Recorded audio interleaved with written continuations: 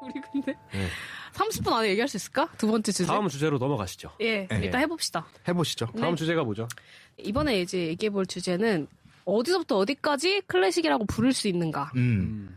아, 진짜 어려운 문제예요. 어디서부터 어디까지? 네, 그러니까 이 근데- 어디서도 어떤 영역 안에서 어디서를 할지에 따라서 얘기가 되게 달라지거든요.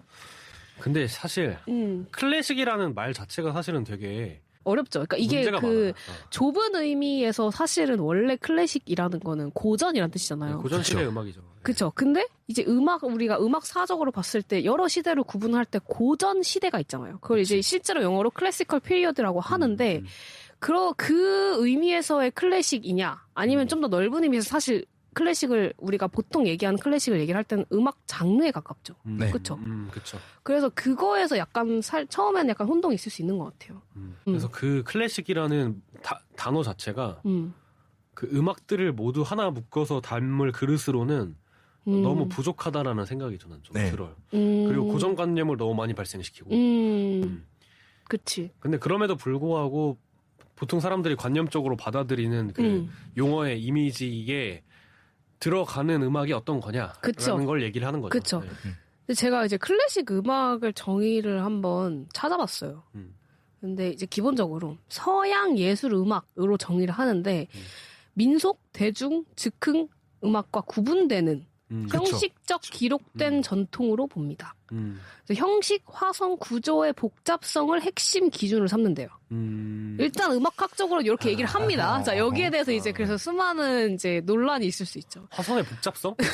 근데 기본적으로 그러면 그거부터 얘기해볼까요? 그 복잡성, 그러니까 구조나 이런 화성적인 뭐 이런 거 안에서 우리가 클래식을 구분을 할 수 있다라고 만약에 얘기를 했을 때 그 기준은 어떻게 생각하세요? 형식의 그거는- 복잡성. 저는 말이 안 된다고 생각해요. 네, 전 말이 안 된다고 생각해요. 왜냐하면 그 컨템포러리 재즈 같은 것도 찾아서 들어보면은 거의 그 현대 음악 이상의 수준으로 복잡한 리듬과 어떤 화성체계나 이런 걸 다루는 장르들이 많거든요. 그치. 네. 근데 그거를 클래식으로 그쵸. 끌어들이지 않으니까. 근데 또 반대로 제가 이제 예시들을 몇 개 던져보겠습니다. 네. 여러분들이 생각하시기에 이게 클래식일까라고 한번 판단을 내려보세요. 에이나우디.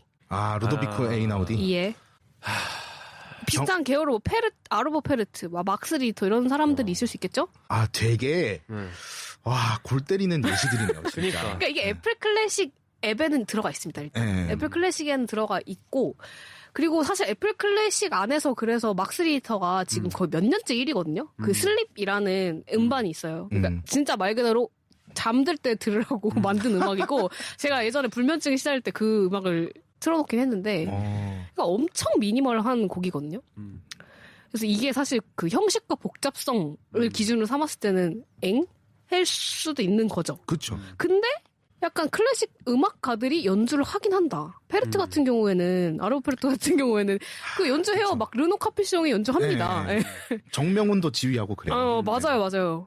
그 영상 있죠. 저는 아르보 페르트까지는 그래도 조금 할수 있을 것 컴플렉스한 같다. 어떤 내용들이 있다고는 생각하는데 비교적.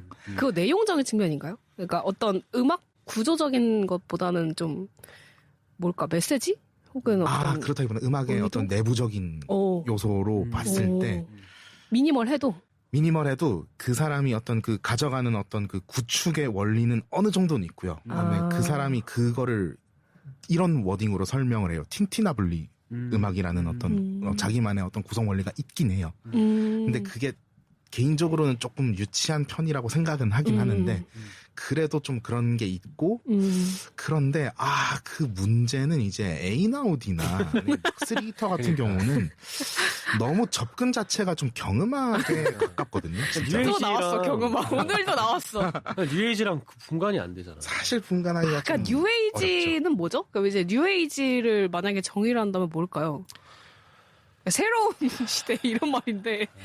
우리의 어떤 그 감정 변화를 위해서 수단화된 음악이라고 그치. 아. 생각은 해요. 굉장히 수단적인 음악이라고 봐요, 저는. 그러니까 이게 수단적인 음악이라는 것도 진짜 애매한 게, 뭐, 그렇다면 옛날 클래식 음악이 수단적인 음악이 아니었나? 하면 꼭 그렇지도 않잖아요. 그렇죠. 그렇죠. 그러니까 옛날에는 그 클래식 음악이 예술 음악이 어떤 즐거움의 어떤 기능을 많이 짊어지고 있었잖아요. 그치. 네, 그렇다 보니까 조금 경음악적인 어떤 터치들이 있는 음악들이 꽤 많이 섞여 있죠, 사실. 좀 바이올린 협주곡 같이. 그거는 괜찮은데 네. 저는 진짜 극단적인 예를 하나 들어보자면 라데츠키 행진곡. 그치. 네, 경기병서곡. 그치. 엘가, 위풍당당 행진곡. 그래, 네, 그쵸. 그런 거는 거의 경음악이라고 봐도 무방하죠. 사랑의 네. 인사. 실제로 그렇죠. 굉장히 뚜렷한 기능이 있는 음악이잖아요. 그럼요, 실제로. 그럼요. 네. 그러니까 그런 경우들도 있기 때문에 이게 참 어려운 부분이죠. 근데 저는 약간 이게 우리가 지금 청각적으로 듣는 느낌이나 그런 걸로 얘기를 하고 있잖아요.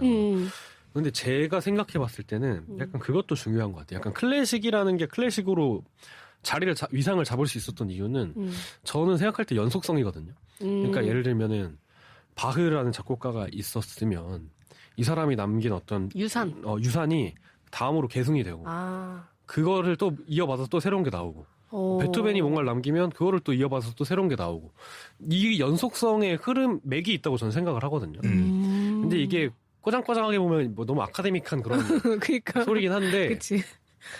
뭐 나중에 뭐 그 모더니즘에 가도 물론 뭐 이제 그 쇤베르크나 아니면 베베른 같은 사람들은 그 기존의 음악적인 역사 같은 걸 부정을 하면서 새로운 걸 시도를 했지만 그 사람들 음악 안에도 이렇게 파헤쳐 보면 막 베베른도 뭐 그 저기 바로크 시대 때 있었던 대위적인 요소를 음악 안에 넣기도 하고 그렇죠. 카논이 카논이 들어가고 그리고 뭐 알반 베르크도 그 조성적인 어떤 원리나 이런 것들을 그래도 어느 정도 이렇게 가져가면서 또 새로운 걸 쓰고 그러니까 저는 이 흐름 안에 어느 정도 편입이 되어야 된다.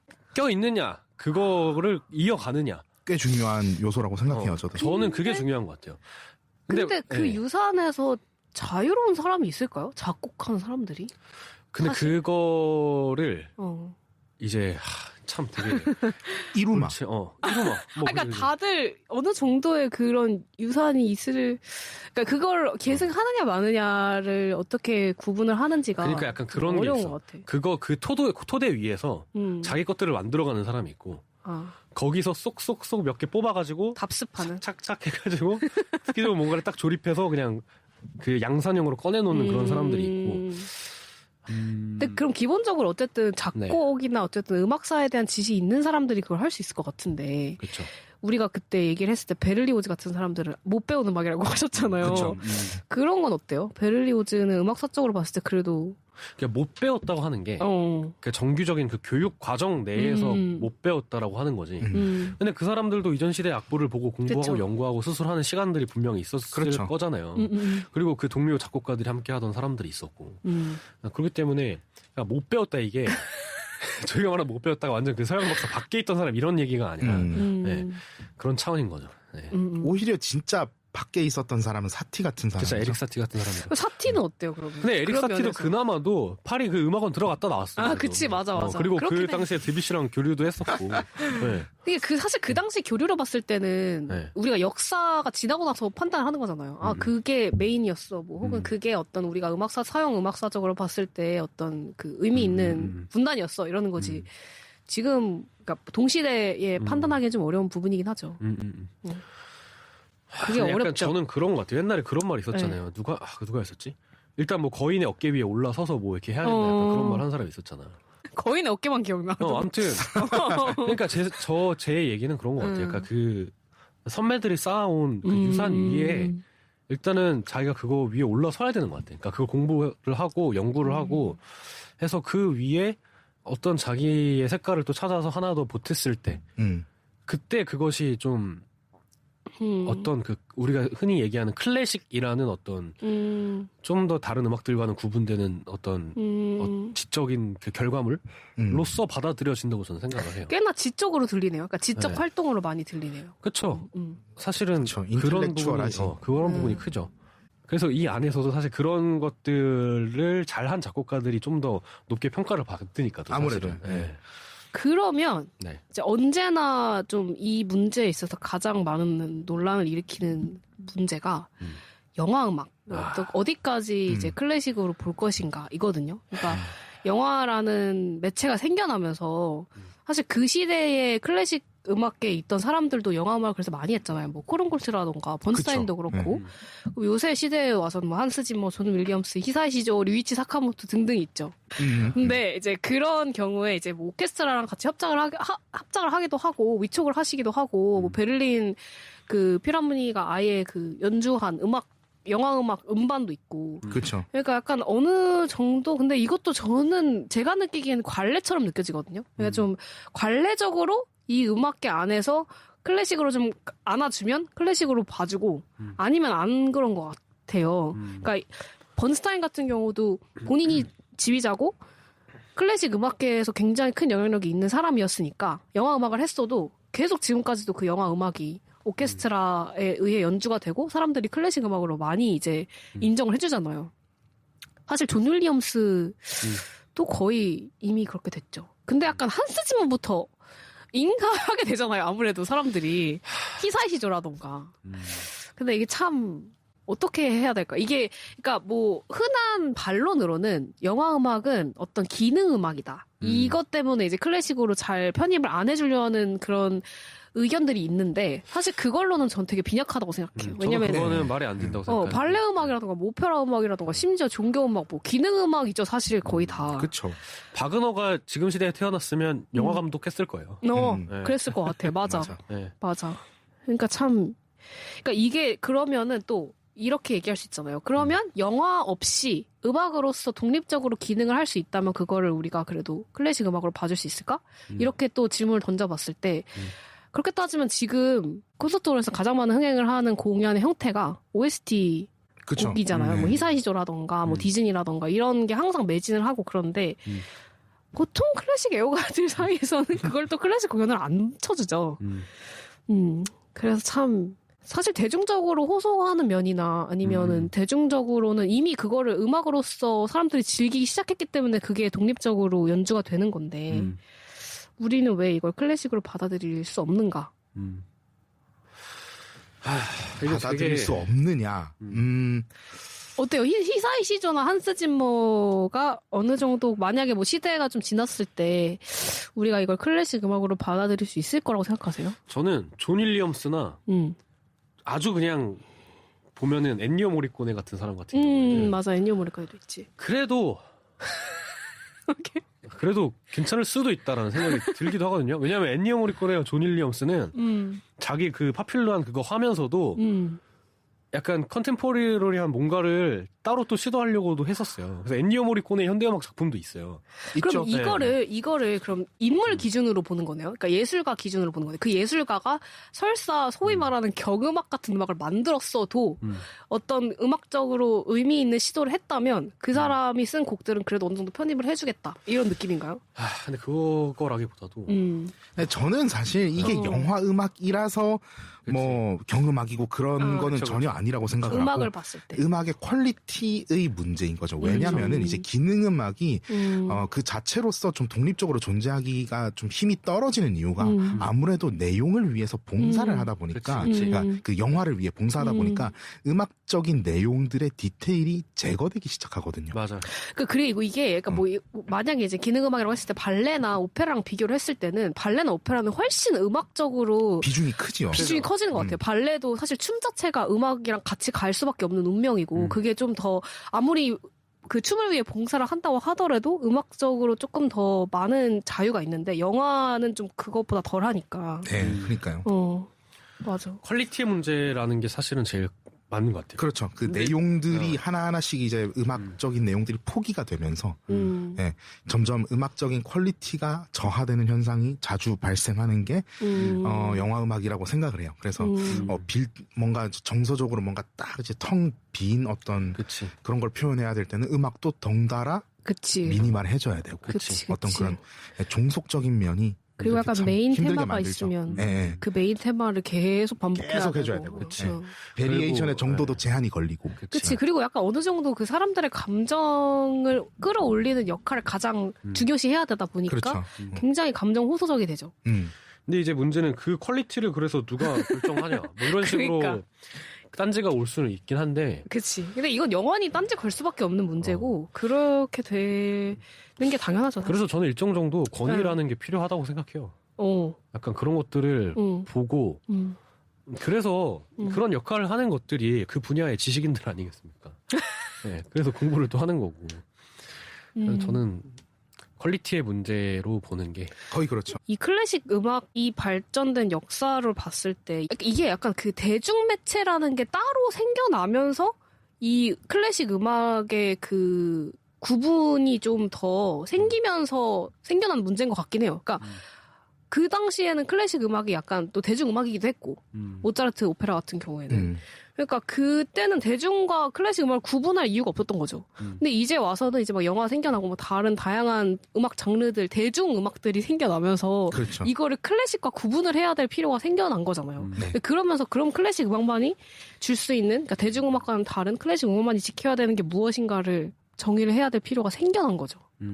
그러면서 생기는 문제인 것 같아요. 그렇죠. 근데 그러니까 사실 뭐 모차르트나 베토벤 시대 때에도 우리가 생각하는 그런 대중 음악의 포지션에서 정말 널리 그것들이 소비됐는가를 보면은 또 그렇지도 못했죠. 그렇지도 못하죠. 사실은 특정 집단 맞아. 내에서 되게 그치. 많이 활발하게 소비가 그렇죠. 됐었던 특정 거고. 집단 내의 그쵸. 어떤 여흥을 위한 음악이 이제 그 당시에 이제 클래식 음악들이 가지고 짊어지고 있던 대중음악의 기능이고 여전히 많은 사람들은 이제 뭐 렌틀러, 춘곡이라든지 그런 쪽으로 또 네. 그들이 즐기는 또 서민들의 음악이 따로 있었고. 제 근데 생각에는 그게 기록이 네. 잘 안 됐던 맞아, 거죠. 맞아. 아카이브화가 안 됐기 때문에 걔네들의 포션이나 영향력이 크게 부상하지 못했던 거고. 그래서 제가 생각할 때 클래식을 소비하는 그 비중이라 그래야 될까? 그거는 큰 변화가 저는 없다고 생각해요. 과거나 지금이나. 근데 다만 미디어나 이런 것들이 발달하면서 대중매체의 포지션이 엄청 위상이 확 올라갔죠. 극단적으로 커지다 보니까 클래식의 어떤 그 비중이 오히려 좀 되게 축소되어져 보이는 거지. 그렇죠. 그마저도 사실은 얘네들도 꾸준히 저는 늘어왔다라고 생각하거든요. 오히려. 상대적으로 대중매체 그 문화에 비해 적을 뿐이지. 그래서 근데 이건 어쩔 수 없는 문제라고 생각하는 게 예를 들면 어떤 분야든 좀 전문적인 영역으로 들어갈수록 결국에는 그거를 향유하고 어쨌든 그 공유하고 그거를 소비하는 집단의 수는 작아질 수밖에 없거든요. 예를 들면 우리가 지금 뭐 수학이나 과학 저널 같은 전문지를 보는 사람이 그 인구 대비 몇 프로나 되겠어요. 그리고 약간 요리 같은 것도 우리가 대중적으로 그냥 먹는 음식이 있고 되게 그거를 고급화하고 전문화해서 파인다이닝으로 가져가는 케이스도 있잖아요. 근데 파인다이닝 같은 거를 소비하는 그 포션이 얼마나 되겠냐는 거예요. 근데 음악도 마찬가지로 그치. 약간 그런 입장에 있다고 저는 생각을 해요. 약간 뭐 클래식 아니면 뭐 좀 더 이제 지금 하고 있는 뭐 현대 음악 이런 것들도 마찬가지고 네, 그런 상황이라고 그냥 보여지는 거죠. 그 영화 음악 중에서 혹시 그 예전에 원 배틀 애프터 어너더 그 영화 있잖아요. 네. 그 영화 그때 봤을 때 선우님이 그 작곡가에 대해서 얘기를 조금 했었거든요. 조니 그린우드. 아, 예. 네. 근데 그분 같은 경우엔 저도 그 영화 보면서 음악이 되게 다른 영화 음악이랑 좀 다른 느낌을 많이 받긴 했는데 그때 선우님 영화 보시고 이거 거의 현대 음악이랑 다름없다 뭐 이런 얘기 하셨잖아요. 뭐 현대 음악이랑 다름없다라기보다도 그래도 그분은 근데 네, 그런 좀, 유산이 있나요? 그래서 그런 건가? 그분이 라디오헤드의 기타리스트거든요. 네네. 밴드 영어 밴드 라디오헤드 기타리스트인데 기타리스트를 하면서 영화 음악 작업을 꾸준히 계속 해오신 분이고 어느 정도 실험성을 가진 작곡가라고 저는 그래도 생각이 들어가지고 약간 그 대중을 겨냥해서 만든 음악은 아니다라는 생각이 그래도 드는 그런 작곡가라고 저는 생각이 들어요. 네, 확실히. 그러니까 대중을 위해 겨냥하면 안 되는 거네. 이게 참 아니, 해도 되는데 하려다 보니 음악에서 놓치는 게 너무 많아지는. 그치. 네. 그러니까 사람들은 음악을 들으면서 생각하고 싶지 않아 해요. 대부분의 사람들이. 그쵸. 10중 8구가 그렇기 때문에. 근데 뭔가 생각을 하게 만드는. 그래서 조니 그린우드 그 분도 작품의 편차가 좀 있는 편이긴 한데 그래도 몇 가지는 좀 들어보면은 너무 진짜 괜찮다 좋다 이 생각이 좀 많이 드는 작곡가여서 그때 그렇게 얘기를 했었던 것 같아요. 그러니까 한 작곡가의 그 작품들 안에서도 사실 편차가 당연히 있겠죠. 그쵸. 뭐 저번에 풀랑의 그 뭐죠 무궁동? 무궁동. 네. 그러니까 뭐 그거를 왜 지었지라고 생각했을 정도로 그러니까 뭐 작곡가들도 살면서 한 번쯤은 그냥 정말 소위 말해 뇌 빼고 그냥 그쵸. 곡을 써보고 싶을 수도 있고. 베토벤도 뭐 잃어버린 동전에 대한 분노. 빰빰빰빰빰 따라다라단 야 그거 오늘도 계속되는 시창. 그러니까 그런 식으로 할 때도 있고 뭐 두 분도 만약에 이제 커미션 같은 거를 받으실 때 뭐 약간 조금 더 대중음악적인 걸 원하는 경우가 있지 않나요? 아니 뭐 선우님 예전에 막 그 동요 쓰신 적 있잖아요. 아 동요를 쓴 게 아니라 그 이수인 동요 축제라는 행사가 있어요. 그 KBS에서 하는 건데 그때 제가 편곡을 맡아서 했었는데 거의 1시간 정도 되는 분량의 작업이었는데 그때 진짜 하루에 한 곡씩 컷냈어요. 진짜 아침에 일어나서 한 2시간씩 해가지고 근데 그런 것들은 진짜 정말 그냥 쉽게 해야 되잖아요. 그런 거는 그런 아무 거 생각 없이 그냥 그러니까 그런 거를 그렇게 지적은 걸 그쵸. 넣으면 안 되잖아 동요에는. 근데 그것 안에서도 어느 정도 그래도 기본은 해야죠. 그래도 딱 들었을 때 짜치면 안 되잖아요. 일단은 아 동요가 짜치면 어때? 안 돼. 안 돼? 그래서 그것도 나름 그 라인을 좀 예쁘게 해야 되고 그 반주나 어떤 이런 그 노래 그것도 좀 맞춰야 되고 어떤 음영 같은 것도 좀 너무 막 유아틱하지만 유치하진 않게끔 이렇게 해줘야 되고 그런 게 또 있어서 그것도 그런 걸 바래요 또. 그러니까 전체적인 그 듣는 사람들도 수준이 좀 올라갔거든 많이. 그래서 들으면 알거든. 그러니까 이게 대충 한 건지 아니면 그래도 이렇게 한 건지. 그래서 그런 것도 해줘야 되고. 아 근데 아무튼 그때 정말 저는 고역이었습니다 정말. 뭐 영화 음악이나 영상 음악 같은 거 뭐 외주 작업 같은 거 해본 적 있으세요? 혹시? 영상은 아직 없는 것 같아요. 좀 그러게. 한두 번 몇 번 해봤었는데 어땠어요? 그런 거 기능 음악이잖아요, 진짜. 너무 재밌어요. 아 그래요? 네. 오. 근데 그게 기능 음악을 만드는 거 아니에요? 기능 음악 만드는 건데 약간 그런 게 있어요. 그러니까 수학과 교수님이 예를 들어서 자기 막 되게 어려운 주제를 가지고 막 논문을 쓰는 어떤 그런 안 풀리는 문제가 있어요. 그런 거 연구하는 것도 즐겁겠지만 가끔 가다가 수능 수학 문제 풀면은 되게 재밌다. 네. 그런 느낌이에요. 네.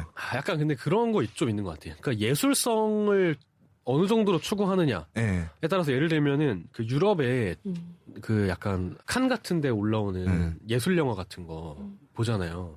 근데 그런 영화 만들 때는 음악도 좀 많이 달라져요. 그러니까 그 할리우드에서 나온 그런 블록버스터나 약간 이런 데서 진짜 그 흥행을 위해서 만들어진 그 영화랑 영화에 들어가는 음악들과 그 예술 영화에 들어가는 음악들은 또 되게 그런 쪽을 또 추구를 해요 보면은. 네. 그래서 중요한 거는 포커싱이 어디 돼 있냐가 중요한 것 같아요. 그 뭔가 그 작업을 할 때. 그런 건 어떻게 생각해요? 그때 한스 짐머 얘기 나왔을 때 그때 선님 말씀하셨던 포인트는 한스 짐머가 오케스트레이션이나 뭐 이런 걸 직접 하지 않는다. 그 부분이었거든요. 근데 그게 작곡을 하는 사람들 입장에서는 오케스트레이션이라는 영역이 굉장히 중요한 부분인가요? 아니 그렇다기보다 그 곡의 알파와 오메가를 본인이 책임질 수 있느냐 없느냐 이게 문제인 것 같아요. 저는. 근데 결국 그 리더가 책임을 지지 않을까요? 어느 정도? 근데 그거가 그래도 저는 되게 좀 보수적인 생각일 수 있을 것 같긴 한데 어쨌든 그래도 이거 작곡을 하는 입장에서 그거를 악보화시키고 연주자들한테 주고 음악을 만드는 그 과정을 그래도 혼자서 감당할 수 있어야 된다라고 저는 생각을 하거든요. 작곡가라면은. 근데 한스 짐머 같은 케이스는 굉장히 많은 어시스턴트를 휘하에 두고 사실은 그들이 만들어 온 것들을 검수해서 어쨌든 끌고 가는 어떤 사장님 같은 역할이잖아요. 약간 영화 감독 그쵸. 같은 느낌이 있겠네. 말 그대로 음악 감독인 건데 근데 그거는 저는 사실 솔직히 그거를 했을 때 그게 온전히 그 사람만의 작품이다? 라고 저는 받아들여지진 않는 것 같아요. 그러니까 한스 짐머라는 이름이 작곡가의 이름이라기보다 저는 약간 상표처럼 느껴져요. 그냥. 그렇긴 하죠. 라벨처럼. 그래서 거기서 나온 그 결과물이 오롯이 본인의 어떤 예술성을 갖고 있는 거냐, 그의 사람만의 세계관이냐, 약간 이런 거에 대한 질문이 좀 있는 거죠. 이게 사실 비단 작곡뿐만 아니라 다른 예술에서도 끊임없이 대두되는 문제긴 하거든요. 미술도 대작 논란 이런 게 있잖아요. 그냥 그 아이디어나 뭐 기본적인 그런 것만 가지고 실제 그린 사람은 근데 밑에 문화생들이고 이런 그치, 경우 그치. 때문에 되게 문제가 많이 되는데 그런 케이스가 되게 많거든요. 저 얼마 전에 갔던 데미안 호스트에서도 예. 그냥 그 백지에다가 알록달록 아주 일정한 간격으로 점을 찍었어요. 그냥 도트예요. 도트 그냥 이런 건데 그거를 아이디어는 데미안 호스트가 내고 근데 아이디어라고 할 수 있는지도 모르겠어. 그냥 도트를 찍는 거거든. 근데 그거를 그린 건 또 다른 사람들이래요. 근데 그거를 이제 데미안 호스트 작품이라고 진짜 엄청난 가치를 가진 작품으로 이제 되는데 그런 거를 보면 참 상빈님 어떻게 생각해요? 저는 근데 사실 그 작업의 목적이 처음부터 끝까지를 작곡가가 책임져야 될 만큼 내용상 크리티컬하지 않을 때, 그러니까 내용이 크게 중요하지 않고 어떤 그 음악으로 뭔가를 달성하고자 하는 어떤 수단 위주의 음악이라면 저는 그냥 뭐 어시스턴트를 20명을 쓰든 100명을 쓰든 그치. 크게 상관이 없다고 생각은 해요. 그러니까 이게 사실 생각해보면 현대 예술로 올수록 개념이 훨씬 중요해지잖아요. 어떤 내용보다는 어떤 면에서 그거에 대해서 뭐 말은 많지만 그래서 결국 그 개념을 먼저 만들어낸 사람이 그냥 짱을 먹는 것 같고 그거를 만들어내는 과정에서 생겨나는 일들이 되게 많이 좀 덜 중요하게 여겨지면서 생겨나는 문제들인 것 같기도 해요. 그쵸. 그러니까 데미안 호스트 같은 경우는 점을 찍는 개념을 내가 가져왔다 이거잖아요. 그러니까 그게 내 거니까 그걸 누가 하든 뭐 중요하지 않은 거지. 그래서 실제로 지금 대중음악 그런 식으로 굴러가죠.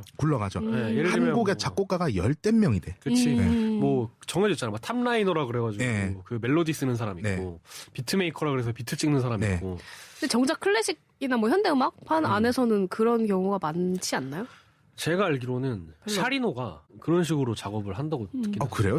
샤리노가 밑에 그 어시스턴트를 두고 샤리노의 작법 스타일대로 이렇게 쓰게끔 한다라는 얘기를 그 모 교수님한테 듣긴 했었는데. 진짜요? 그 살바토레 샤리노라고 이탈리아 작곡가가 있는데 그런 줄 몰랐네 나. 샤리노가 교육을 그 사람도 제대로 된 교육을 받지를 않았다고 하더라고. 그래가지고 약간 그 노테이션이나 이런 거에 뭐 도움이 필요한지 어쩐지 모르겠는데. 그렇구나. 그런 경우가 있긴 한데 뭐 흔치는 않다. 대중음악보다. 거의 없죠. 아직은 그렇게. 만약에 그런 것들이 드러나게 되면 매장이 되겠지. 매장되는 거지. 아무튼 여전히 논란이 많은 부분이고 사실 누구도 이거를 명쾌하게 얘기를 할 수는 없는 것 같아요. 근데 얘기를 해보는 건 의미가 있다. 근데 분명히 시간이 지나고 어쨌든 간에 계속해서 클래식의 울타리 안으로 들어오는 것들은 선별이 돼서 누적이 될 거야. 맞아. 그게 시간이 결국에는 결정해줄 수밖에 없는 일인 것 같아. 동시대의 사람들이 어떻게 결정할 수 있는 문제는 아닌 것 같아요. 그리고 거기는 확실히 그래도 어떤 전문가 집단의 결정이 되게 중요하게 작용하는 것 같기도 해. 솔직히 말하면. 맞아요. 그렇습니다. 오늘 수고 많으셨고요. 네. 고생하셨습니다. 네, 다음에 또 좋은 얘기로 찾아오겠습니다. 네, 감사합니다. 감사합니다.